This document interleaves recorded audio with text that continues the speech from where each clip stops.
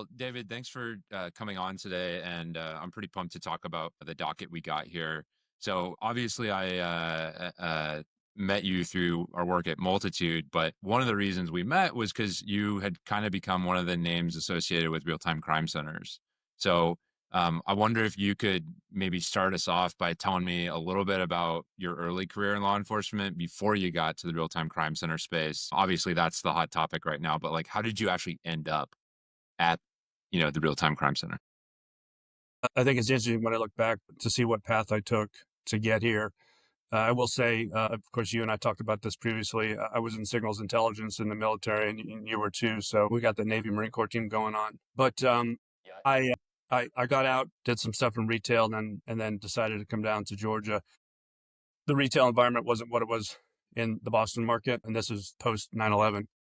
And so I joined the PD, and I was an officer for a number of years, both on the overnight shift and on the day shift. And I think at some point I became tired of just writing reports and submitting them and sending them to supervision and having somebody else do the follow up and have somebody do the investigation. So I started dabbling in some on-scene investigations, trying to assist our detectives in our property crimes unit at our local precinct. And it must have been about 2007 that we wound up our department wound up demoing or testing an LPR system. And at that time, it was attached to the two cameras were attached to the trunk of the car. And the vehicle that was equipped with this hardware was actually at another precinct. And I think they had about 30 days to use it down there. And then they sent the vehicle up to our precinct and we started using it. And so one day I got a chance to drive it.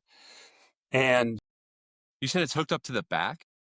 yeah, most mobile LPR platforms are either attached to the trunk with very heavy magnets, or they're attached to the light bar or embedded, integrated within the light bar. And so this is a mobile platform. And I was on my way back from the radio shop getting some stuff fixed. And this is obviously this is the Stone Age and technology driven policing. 2007, I wind up passing what happens to be a stolen vehicle, and it's a Mercedes SUV, and it's got an Oklahoma license plate on it. But all the bells and whistles start going off, and in my car, and I turn around and try to look for it in the old-fashioned traditional way. And it took me a little while to figure out exactly what state the vehicle was from, because it just shows an image, and so you actually have to make inquiries based on the image, and it was clearly an Oklahoma state tag. Right. I tried as hard as I could. I couldn't find it in the vicinity. I wasn't satisfied with just writing a report on a stolen vehicle that I had passed and not being able to locate it. So one thing led to another, and went back to the precinct that day, and I wound up calling the Oklahoma Police Department. I think it was. And you're in Georgia. You're in Yeah, Georgia at this I'm in time. Georgia. Yeah, just outside of Atlanta. And so I called the Tulsa Police Department, and I asked them to actually fax over. At that time, we weren't doing email a lot, so they actually faxed over a report. Tells you how old this story is. It's what, 18 Yeah. years ago. Yeah. You're dating yourself for sure. Yes. So I wind up getting this fax, and I read through the report, and I'm curious to know why there's a stolen Mercedes, that's been driving around Atlanta in the Georgia area for nearly 3 or 4 months. So at the time, for me, it was a little unusual. I took the unusual step to call the victim, and I introduced myself, and I asked him about the circumstances surrounding the theft of the vehicle. And he told me that he had been going through divorce, and the judge had said that he was going to be keeping the vehicle. And so it was parked at his mother's house, and his mother was playing bridge with some friends one day and heard the vehicle start up. It was parked on the driveway, and it just took off and it disappeared. And then he made the report. So I told him where I was from, and asked him why the vehicle would be in this area. And he told me that he had been receiving phone calls from an unidentified person with a local number. It turned out to be a local Atlanta number. At that point, I kind of reached the end of my road. My investigative prowess wasn't, super at that point. And so I didn't have a lot of depth of understanding. So I did what any good officer did, and I talked to one of the detectives in our investigative unit, and he told me that we could do a subpoena Deuce Steakum for information about the origin and the registered owner of that phone. So again, this is the Stone Age. So about 2 months later, I think we finally get a response, and it's registered to this guy that lives in the area about 15 miles from here. So it's a different police agency. So this is a a cross agency collaboration, if you will, back then. And so I was on my way home one day, and picked up the phone and called this officer or this sergeant and said, "Hey, can you swing by this address and see if this vehicle's there?" So I get a phone call about 30 minutes later, and they say, "Hey, the vehicle's here. It's still stolen." And they asked me what I wanted to do with it, and I said, "Recover it." I mean, I was off duty at that time. And so when you think about all the steps that took place, I mean, that was a recovery over the course of a month or two. Yeah. But it was all because of this LPR hit. And then when when that case came full circle, I was hooked. I was addicted, to this technology driven policing. And so I began using it as much as I could. And I wound up working in a property crime unit for about a year, and then went up to the crimes against persons unit. I was recruited up to crimes against persons. That's the robbery homicide unit. And so I was assigned to the robbery unit. And I was working a very extensive residential burglary case involving nationals from another, and they were targeting certain individuals in the Metro Atlanta area. And this had been going on for a number of years. And so we were working with another agency to put all the pieces of this puzzle together. A lot of them had been operating, under the radar, and nobody knew who they were. And so a key component of that was license plate recognition data, historical reads that led us to apartment complexes where suspects were. What's really cool in the tech world when it comes to policing is it's neat to use one bit of technology, but when you start layering different parts or different layers of technologies on top of each other, that's when it becomes really special. So when you're using facial recognition and LPR technology and GPS tracking technology, the fruit that is born from that is amazing. And you're connecting the dots in ways that you never were able to before. I actually had an account with an LPR company. It was kind of a test account, and we didn't have a policy on LPR back then. We didn't have an official account, that was sanctioned by the department. So I had a demo account, and I could only get 5 positive returns in any 7-day period. And so when I got shut out for the rest of the week, I was kind of pissed. and then when my And detention they was got over, you. yeah, I was just using it too much. So when my detention was over, I started using it again, and it came in handy not just in that multi-agency residential burglary case that had been going on for a number of years, but we had an elderly man that went missing, and I think he went missing on a Friday, and he was last seen about 9 a.m., 9:30 a.m., and in the local area. And one of our officers wound up taking a report about 3 days later. It was about 3 days before the family actually reported him missing. So they take the report and they said this is when he was last seen, and they provided an image of what he looked like and his vehicle license plate number. So the detectives that were assigned to this missing person case put out a bolo or bulletin and disseminated it. Yeah, and sent it out, around Metro Atlanta. And of course, I was working in the same unit at the time, and so I saw this bolo and had a license plate number attached to it. So I made an inquiry on the license plate using the system and found out that about 5 or 6 hours after the victim had last been seen, the vehicle was over at a big box retailer on the other side of Atlanta. And so I showed the printout to this sergeant who was in the homicide unit, and he was working this missing person case. So obviously that piqued his interest, but he was not familiar with LPR at the time. And so Yeah. I actually told him what it was all about and what platform had captured the image and where it was. So he grabbed his bag, grabbed his partner, and headed out the door and went to that big box retailer and made some inquiries and saw the 2 people getting out of the vehicle. And of course, he printed off those images and took it to the person who reported their father missing. And they identified the people as the grandson and his girlfriend. And I'll spare you all the other details, but basically what we did was we turned a missing person case into a murder investigation. And unfortunately, the victim was actually in the vehicle at the time, deceased at the time that the LPR image was captured. So, without the sergeant putting out that information, and without, us having access to that LPR database and that tech being available, that would have been a long time coming before that case would even be discovered. Yeah. So That that seems was to be one of the it's big pieces too, David, is like the actual like discovery and finding those cases. Like LPR does a lot of just queuing and it's like cueing an officer onto something like, oh, stolen vehicle, but like stolen vehicle is like maybe not even the principal crime, like in this case, right? Like the Correct. stolen vehicle is essentially an accomplice, to a much larger crime, which is pretty cool to see. Yeah, I mean, people steal cars all the time to do all sorts of nefarious activities. Sometimes it's as innocuous as just going from point A to point B. I mean, it's shocks me that people steal cars to go, 20 or 30 miles and then they just dispose of the vehicle. But yeah, having all that, having access to that data, is certainly important. You just never know when you're going to get your next lead or where you're going to get it from. These kind of use cases are pretty awesome, but one of the things you said is like, oh, you like had gone to a big box retailer. What kind of collaboration do you guys presently have with private parties like a Walmart, like a Target, like these guys? Like, are they involved in, I can obviously imagine from like the loss prevention side of things, you're interacting with them on Orca and that type of thing. But how do they play a part in that like collaborative information network, between cops and private parties and private security?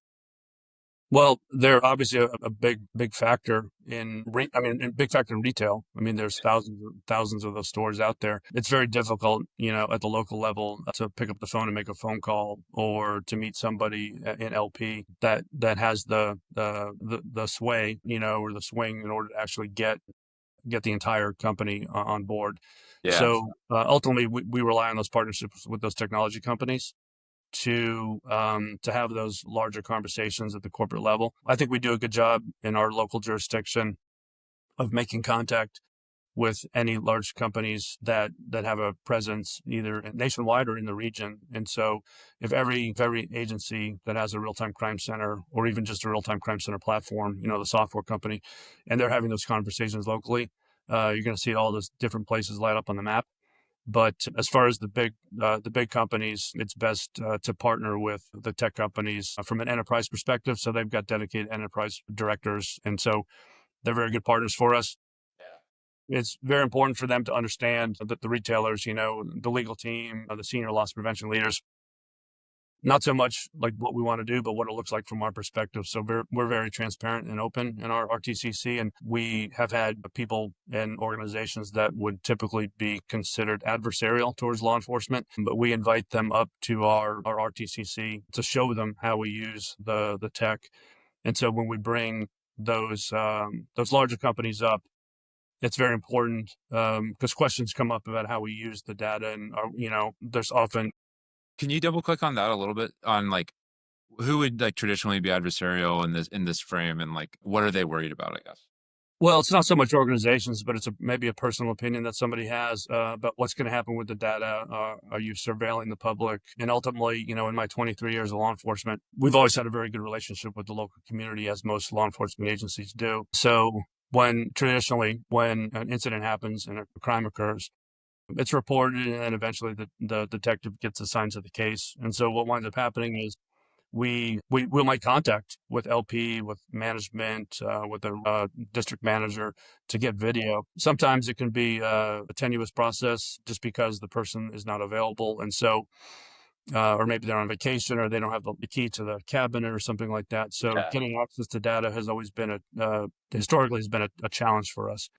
And so with regard to data sharing, I've never had a problem outside of one time I got stonewalled and I had to get a subpoena, but I've never had a problem going to ask for video post-incident. So when we start to draw parallels between getting access to video immediately through this pre-arranged partnership or this handshake that we have before an event happens, right? We draw those parallels between getting access now and getting access after the event. We start to share some success stories. And so people do open up about why it is important to have that collaboration between commercial properties and law enforcement. They want to keep their properties safe. They want to partner with law enforcement. And so we do have conversations with people that are a little apprehensive about sharing that data, because what if there's a security breach? What if somebody gets access to it, or what if everyone in the agency has access to it? Well, we can take steps to restrict access just to certain folks. So we in law enforcement really want to not break that trust that we have with these public-private partnerships, because they really matter to us, and ultimately we can get all the municipal cameras we want from our agency and from, libraries and, fire departments and police stations. But without that community's partnership, our footprint in our area is not going to be very large. And so our options are going to be limited. Yeah. Okay. Yeah, it's super interesting. I'm obviously like kind of digging in on the retail side of things too, because there's a bunch of, I mean, you see like Flock is selling stuff to the retailers now. You see a lot of these agencies realizing that, like, one, we have this massive shoplifting epidemic across the country over the last 4 or 5 years. So that's obviously driving some focus on that piece of technology. But also, I just think like as policing digitizes and modernizes, like they're capable of engaging with corporate in a much better way. And so it was just interesting to see how the attitudes change, because even, I've been at this for about 4 years, like even over the 4 years of kind of building in this space, I've seen retailers themselves go from, yeah, we have no interest in sharing directly with the police departments in our area, to like, man, I wish it was easier to share with police departments in our area. Yeah. I mean, there's an option, there's conditional sharing. Also, corporations don't want to share all the video inside. And so these tech companies have this conditional sharing that if there's an incident that happens at that location, then we can see the cameras. And if at the end of the incident, then the cameras get turned off. RTCCs and a lot of the tech, I mean, it's moving very fast in law enforcement these days, but a lot of the RTC software is not known outside of the police world. So I just came from this conference in Florida. It's the Loss Prevention Research Council, and it I know. was Yeah, yeah, nice. yeah, it was I've great. been like I went last year. I didn't go this year. No, I missed you. I did. This is the first year I'd ever been, and it was fantastic. It was a great networking event. Leaders in loss prevention who were ready, willing, and able to have those conversations and could see the direct benefits to partnering with law enforcement. They've always partnered with law enforcement, but there was this direct relationship that when you needed law enforcement, you would call 911 and they would show up at your store, and then we would investigate it. And hey, some of those pieces of the puzzle go together really, really easily. And then some of those pieces of the puzzle that we're working on, take months, if not over a year, to put into place. So we're very fortunate for all those partnerships that we have developed, and we hope to make more out there. And that's the growing trend seems to be an understanding in law enforcement that it's very difficult to get, or it can be very difficult to get those partnerships going. And then not just going, but then maintaining them, because apartment complexes change hands frequently. They get sold. It's a standard real estate market. And so same thing with commercial properties, whether it's a shopping plaza or a commercial store, a mom and pop store. Yeah, like the relationship management piece. Yes. My mind all goes straight to product. Is like, oh, maybe we should build something to manage those relationships for people. Well, that's how solutions happen. It's these conversations. And I had some fantastic conversations earlier this week with all these retail folks. Was it in Gainesville? It was. Yep. That was Yeah. my first time down there. Nice. Yeah, they have a nice facility down there, like right off the campus, and I It's think incredible. Yeah, it's their lab Reed. is incredible. This is Yeah. the time to go. Mid-March, late March Yeah. in Florida is beautiful. Yeah. I Stay away was from June. I was stationed in Jacksonville for 4 of the years of my Navy career, and it was, like this time of year, don't leave. Like it's great. 75, sunny, maybe 80, enjoyable. Perfect. No hurricane season yet. It's not humid. Yeah, Yeah. it's perfect. Perfect weather. But Christmas, I hated being in Florida in Christmas because I wanted snow, I wanted hot cocoa, I wanted to go skiing. Hated it. Well, you get that now, right? Being up in the Northeast. Yeah, just You a little probably bit. have Although we haven't been skiing much lately because with little kids. I think this coming ski season, my son will be like 3 going on 4. We can get him on skis, get him up there. That'll be interesting. Yeah. They're still limber, and they fall, they get right back up. You and me on the other case, probably not the same. No, yeah, I'm getting stiffer and I'm trying to stay on top of it with good workout routines. Easier said than done when you're sitting at this chair. I would concur. Yeah. So let's talk a little bit like the construct of real-time crime center. I think, at least for our audience, is like pretty well understood.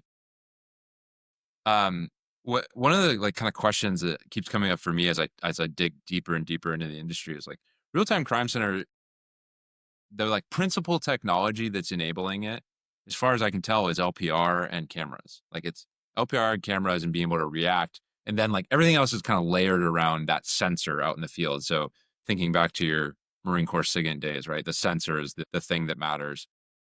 Is there another piece that is what's coming after this? So like cameras are going up everywhere.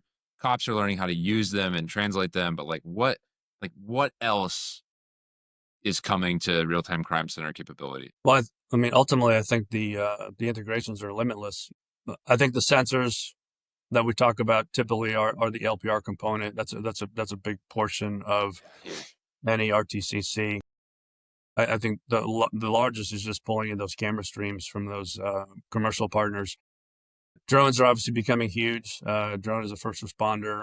Yeah. I think I think a lot of um, I think a lot of departments tend to be siloed. A lot of the software tends to be siloed, and so bringing it all into one ecosystem or under one umbrella is important. Having the staff to navigate a real time policing incident is very important. It's very difficult if you're just a one man band and you've got LPR to deal with, multiple LPR platforms. You've got video to pull in. You're trying to locate suspects and help officers in the field. Drones have become a very big part of that, and I think they're under that same umbrella. Oftentimes, there's no cookie cutter approach to how it's done. Every agency is going to have it different. Some RTCCs are co-located with their 911 center. Some are physically separated. But I think bringing in all the tech and all the camera streams and all that stuff to be, even drones being flown out of the RTCC, really makes sense because you're using it in conjunction, right, or in concert with all the other technology that you have at your fingertips. So I think one thing that I would be looking for, a lot of the conversations I've had with other RTCC personnel and managers and commanders is metrics. A lot of people ask, particularly in the private sector, well, how effective is this RTCC? Yeah. How do you And measure success? how do you measure success? And so we can quantify it by a simple Excel spreadsheet by keeping track of the number of incidents that we assist with and the sources and software we use, and maybe even estimate the time that it takes to provide a lead. Open and close an action. Yep. And so I can tell you, we've been involved in, hypothetically, 163 incidents in the past 6 months, or over the course of the year, it's 500 plus incidents.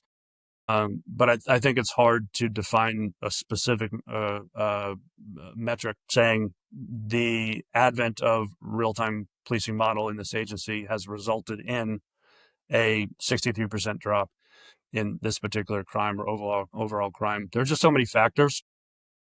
But I would love for all the big brains to get together and try to figure out how to measure that. A lot of times, I think it's just a direct connection to an agency's records management system. But there have to be ways to keep track within that RMS system of what resources were used. But I can tell you that it's very tangible because I see it firsthand. We've got a great public information office that puts together a lot of videos, of our success stories, and That's we a show huge them. piece of it too, right? Is like being able to tell that to the public. Yeah. And ultimately, one thing I always talk about at these trade shows and conferences is that we're literally playing with taxpayer money. I mean, it has to benefit the taxpayer, it has to benefit the public, or else it doesn't serve us. If it doesn't serve them, it doesn't serve us. So we need to be conscious of our use of that money. And so if we can't show that we're getting that ROI, it's going to be difficult for us to continue doing something like that. What about let's go like a little bit upstream, right? You got all this nice technology coming in to the center. Training people. Like Mhm. I've used Peregrine. I've looked inside of these tools. Like they're not simple. These are complex pieces of software. They are. And if I take, Joe Patrol Cop off the street and plug him in an RTCC, like he's going to be working to use the tool effectively. Like, how are you Well, guys thinking about that? I mean, I'll say that, not everybody can do that job. I mean, ideally, we're looking for that ideal team player who is humble, hungry, and smart. And so we've kind of changed our philosophy over the past couple of years about how we, conduct interviews and who is going to be a good fit for the team. RTCCs are so new, How do you right? screen for that in an interview, David? Do you guys have a question that reveals it perfectly, or what are you like kind of trying to get at when you're talking to guys? Well, of course, nothing's perfect. I Yeah, mean, yeah, of course. there have been obviously been some hiccups in the past. There is a book that I'm in the middle of finishing, but it's a topic I've known about for a while, and it's the book is called The Ideal Team Player. Have you heard of that? No, I haven't. Basically talking about it's that classic Venn diagram where the sweet spot is the convergence of those three circles, and so it's the person who's humble, it's the person who's smart, and the person who's hungry. You want to get that overlap, and so somebody who works well in a team environment. And so some of the questions, probably showing our cards here, but for any future applicants, but we're looking for people who embody those characteristics and who are going to turn over every rock and turn over every leaf to try to find answers and do it well. And so we actually have incorporated some interview questions to that kind of are not your standard interview questions that may be a little uncomfortable for some people to answer, because they have to have a little bit of humility and share some, not just success stories, but they have to share some faults that they've experienced in the past and what they've done to rectify it or to chart a new course. So we even ask those same questions of some of our interns that come to work for us. Right? Should be. We do that at Multitude too. Like, I'll also show a little card. I don't actually care about showing the cards because I want people to know what they're walking into. But yeah, like, no, that's a very good point. The question is very simple: is like, what's your biggest failure and why? Mm-hmm. Right, and you can learn a lot about somebody from that. It's easy to talk about what you've done really well. I can tell lots of great stories about big career wins I've had in the military and Multitude, but you'll find some people are like incapable of actually coming up with an anecdote. Mm-hmm. Yeah, that belies. That certainly doesn't mean they haven't failed, but what it reveals is that they haven't had any sort of retrospective on their career, and they maybe also aren't capable of doing that. And if they're mid-career at that point, like, man, good luck.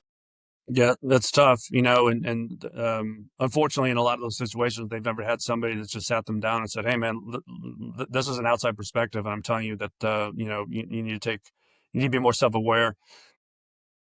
I think going back to those interview questions, it's we have a panel of folks that do the interview, and it's a mutual decision about who we're going to want to bring in on. But if your personnel are not, if you're not maximizing your personnel and then training them, it's much more difficult to train somebody that doesn't get it than it is somebody who embodies all those qualities. So I think first and foremost, I'd say, get the right people in the door first. I don't care too much about experience. I care about aptitude. So, we have a great staff of, it's a collaborative approach. It's cross-functional. We've got criminal intelligence analysts. We have a homeland security unit that is focused on all the things they need to be focused on, and they can rely on an RTCC's perspective. We've got public safety analysts, which are our real-time crime center, operators. And so when there's a need to have different disciplines provide contribution to this effort, they're always there. And so that's where we see some of the success. And that comes from not so much experience. It's a lot of OJT, but it's the capacity to do the work and the aptitude. We've got a retired Secret Service agent that works for us. We've got a former detective, former 911 dispatcher, former records clerk. So when you think about all those facets that come into play, they're all non-sworn also, right? Everyone in our RTCC is non-sworn, with the exception of one or two senior leaders. But that cross-functional approach allows us to do a lot of stuff in-house where we wouldn't have to, go outside to get the answers. And there's different disciplines. An intelligence analyst has a much different personality than our public safety analyst that has the ability to talk on the radio. The intel analysts do a bigger, deeper dive, supporting detectives. As a matter of fact, I was listening to a previous podcast you had with Jamie Roush, and mind blowing. She was from the local area here. I met her locally and at a conference about a year ago, and so she's got some fascinating things to say. It's that cross functional approach that really makes a difference, I think, for us. You took the kind of follow up question out of my mouth then, which is like, the expertise. She's talking a lot about chief data officers. Who are you bringing in to help lead and understand these at the agency level? It begs maybe a a slightly different question for you though, David, which is like, I'm thinking about pipeline of recruits coming into the agency. These folks running the RTCC, got it. That's like a different hiring process, non-sworn. But the people receiving the information, the sworn officers, has the like makeup of the average cop changed or needed to change as technology has changed? You know what I'm saying? Are you guys hiring for a different skill set in 2025 than you were in 2010? How are you thinking about how technology is integrating into like the patrol cop on the street? Well, I think it's just the opposite. We're not looking for anything different, but we're getting something different. So, tech is a big part of modern law enforcement, and number one, we're very fortunate for that. But that's the future of policing, is the integration and incorporation of these technology companies. Excuse me. What we've seen is that for the 25-year veteran that's out there on the street, they may not be as quick to adapt, but you've got the 25-year-old that's coming out of the academy. And at that age and that generation, they are very, very knowledgeable on all things tech. They've lived their life on, within the screen. And so I would say that a lot of the traction that we're getting with officers getting adapted and acclimated to tech is generational. And so you're going to wind up having in 10 years, right? I won't be working with the department in 10 years, right? Hopefully.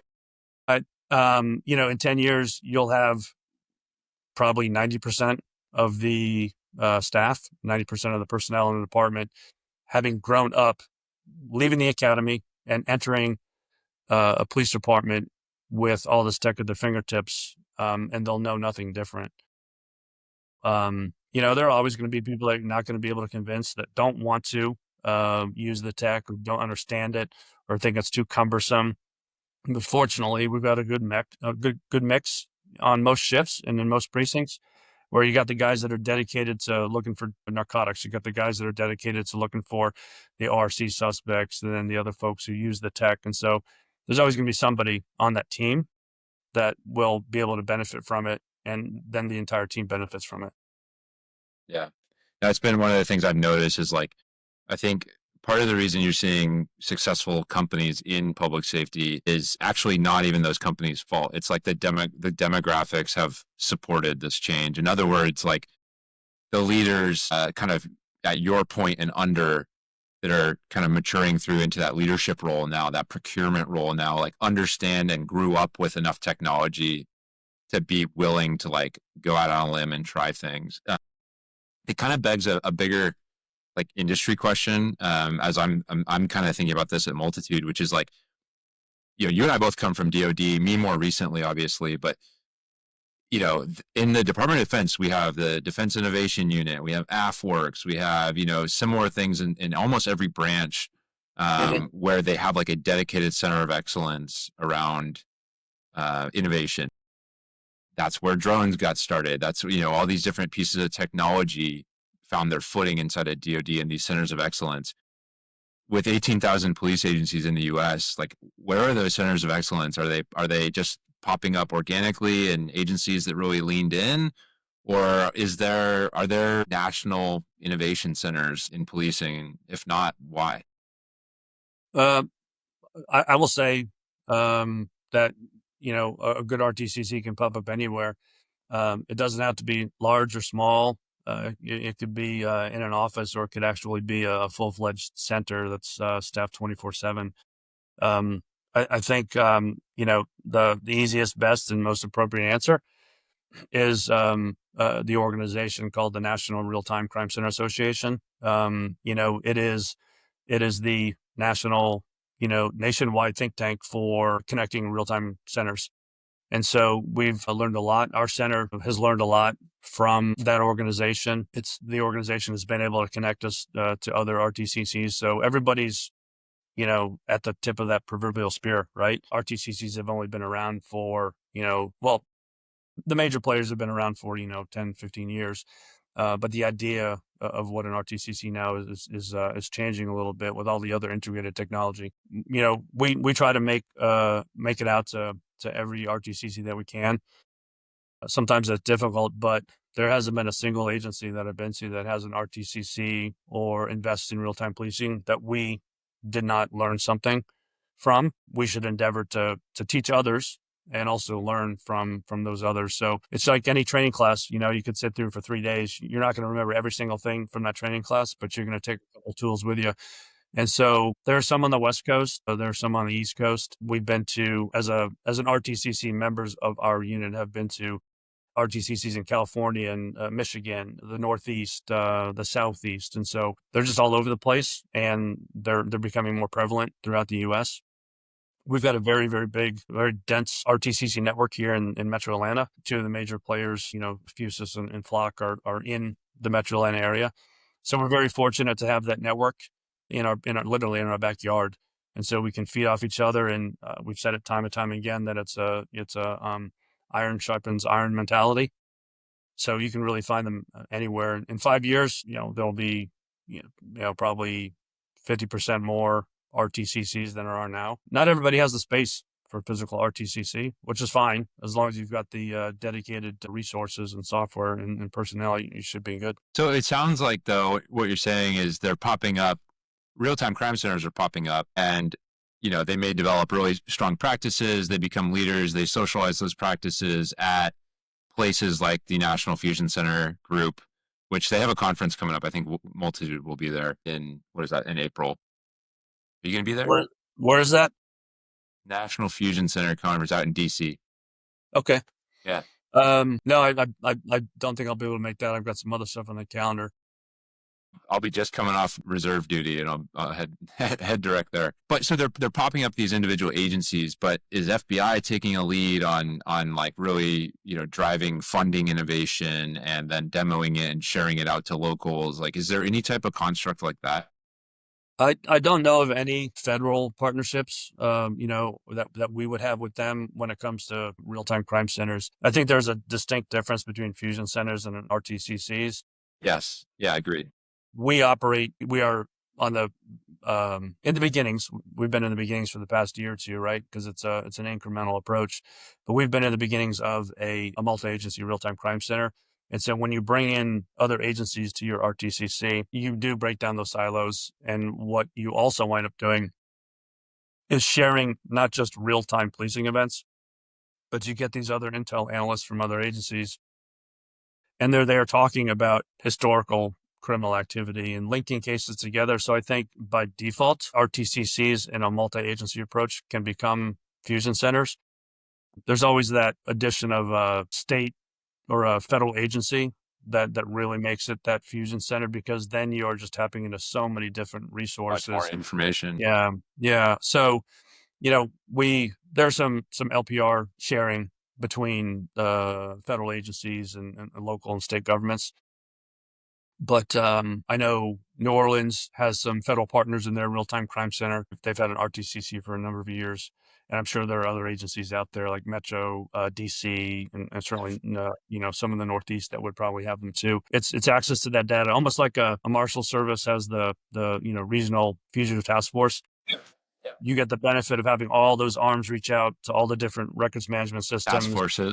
Yeah, it's a network, and so it's who you know and who you have access to that can get you the information when you're trying to fight crime. So I look forward to any partnerships we have in the future, with state law enforcement and also with federal law enforcement for all the major things that happen within our boundaries. We've got the Major League Baseball team that plays in our backyard too. So there are a lot of different partnerships already that pre-exist. Yeah, it's interesting. Just riffing on the fusion center versus a real-time crime center thing.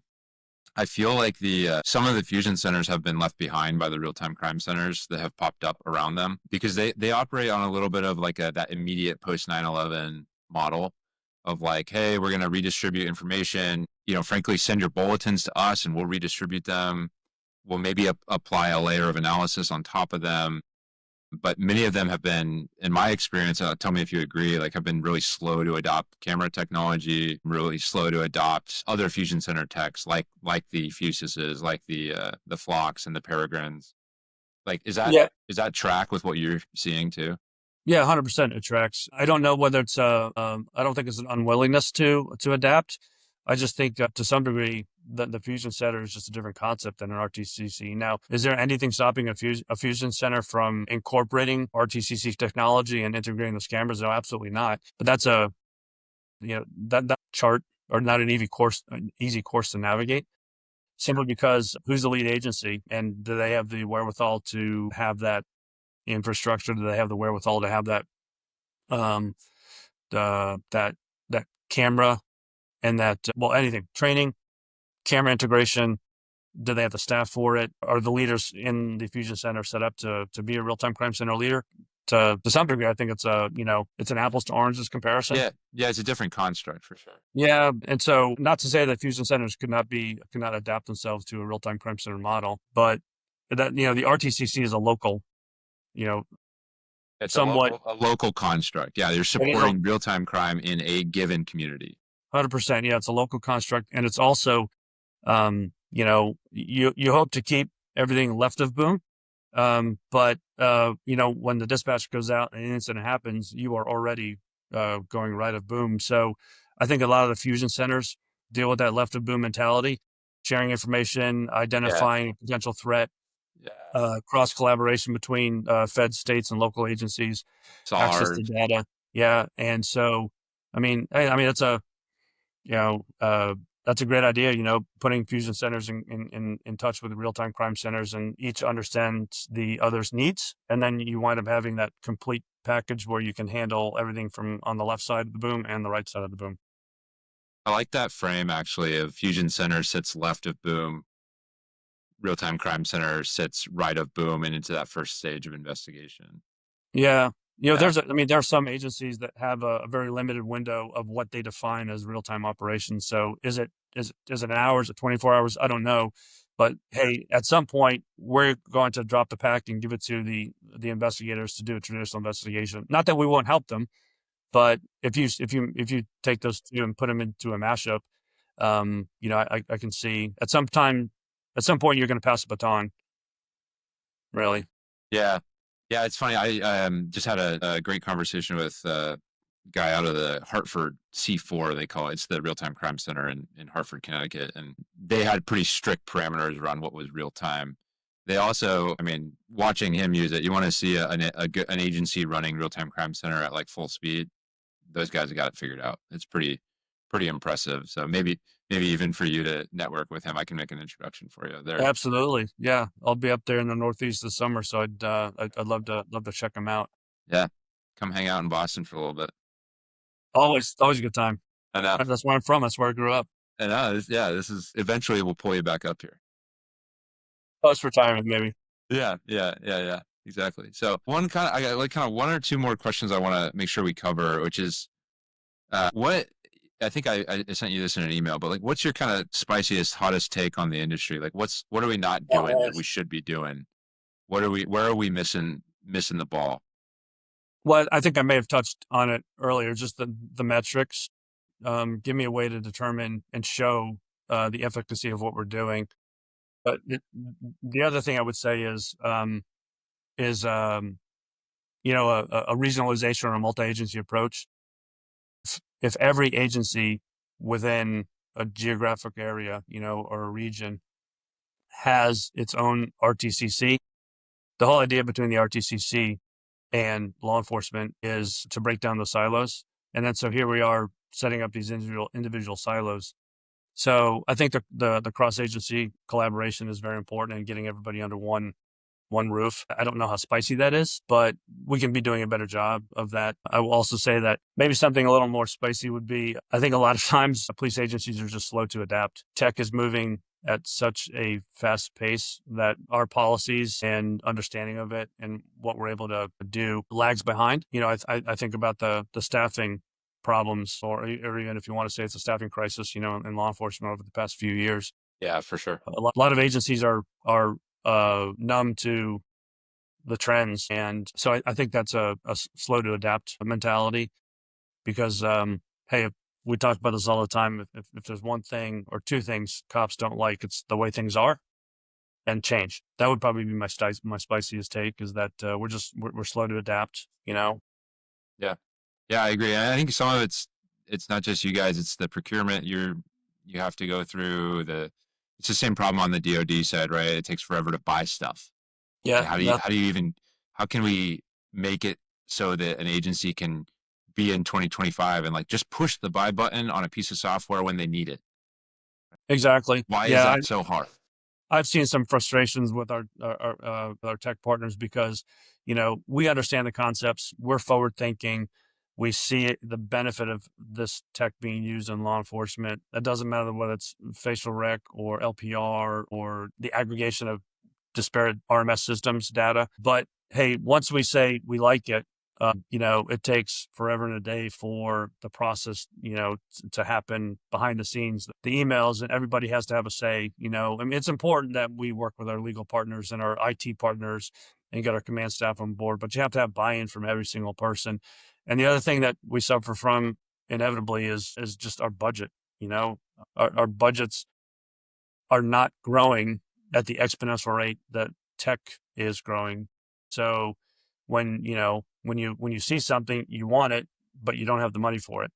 And so that's been a big challenge for us also, is trying to get more funding, because there's so much more available now. You know, it's it's very hazardous for a police department or any law enforcement agency for that matter to try to keep up with the Joneses. Just because your neighbor next door has something doesn't mean you need it, right? It may not fit in with all the other things that you're using. So we've also had to kind of offload or sunset some technology that we're just not getting any benefit out of, and use those funds elsewhere. So it's an exciting time to be in the tech side of law enforcement. We don't have a chief data officer, but after listening to that podcast with Jamie, it's clear that I'd love to have one. Maybe you need one, Um, yeah. yeah, and I think there are large agencies that have them. So I think having somebody with that knowledge and that depth of knowledge is paramount to the future success of any agency. Yeah, 100%. I think well said. I think I want to move to our traditional closing question on this podcast, which is completely divorced from public safety. And it's more just, what are you doing right now that's really fun in your life? What's the most fun you've had lately? What's really kind of keeping you going right now? Well, the first thing that came to my mind is in Atlanta we have the Porsche Experience Center. Yeah. Yeah, they've got one, I think, out in LA, and there may be one in Alabama. I'm not quite Yeah. sure, but I know there's one in Atlanta, one in LA. So every December, my wife and I take a long weekend and kind of go all out with a great hotel and great restaurants and great experiences. And so we went to the Porsche Experience Center and got to drive 911s, way faster than we should have. That was for about 90 minutes, and so it was an incredible experience. Something that we'll That's definitely do amazing. again. So somebody in my family was jealous that we did that, namely our 16-year-old son. And so he turned 16 a couple of weeks ago. So we actually brought him back down there for an experience. Will they let him at it? Let him at the wheel Yeah. once he's Well, 16? no, they won't let him drive it yet, but he can ride in there as a demo lap. I think he went around 4 times, close to 100 miles an hour. So, I mean, for a kid, that's amazing. So that's a great birthday gift, and so he enjoyed it, and certainly we enjoyed it too. He's into F1, so that's right up his alley.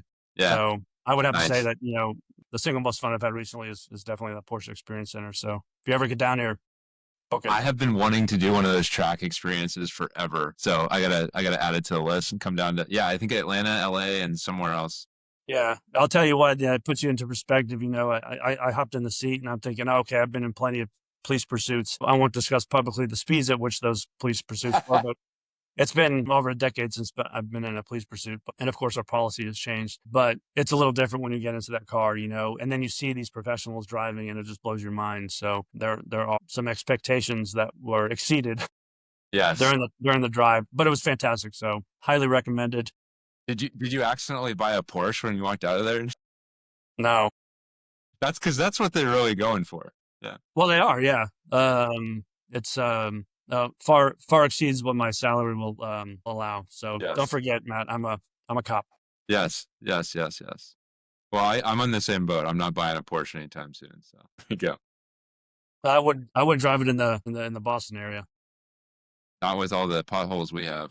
Puddles, cobblestone streets, weather, too much parallel parking. Yeah. Yeah. No thanks. Stick with an SUV. That's why I have a Defender. All right. Well, Dave, this was awesome. Thanks for taking the time to chat.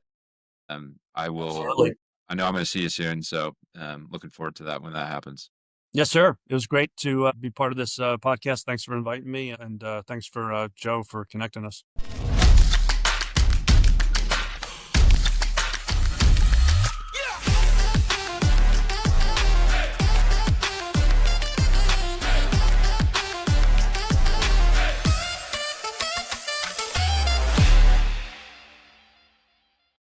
Hey everybody, Matt White here. I'm the co-founder and CEO of a company called Multitude Insights, and that's kind of my primary day job. But I started this podcast because I wanted to have conversations with the people that I found interesting. So that means the people on the front lines in law enforcement. It means the investors investing in companies, building in public safety. It means leadership and all the people that kind of make this thing work. Right. So if you enjoyed this conversation and you want to see more like it, please hit the subscribe button, the like button, the follow button, whatever it might be on whatever platform you're viewing this on. And I'd love to have you along for the journey. Talk to you soon.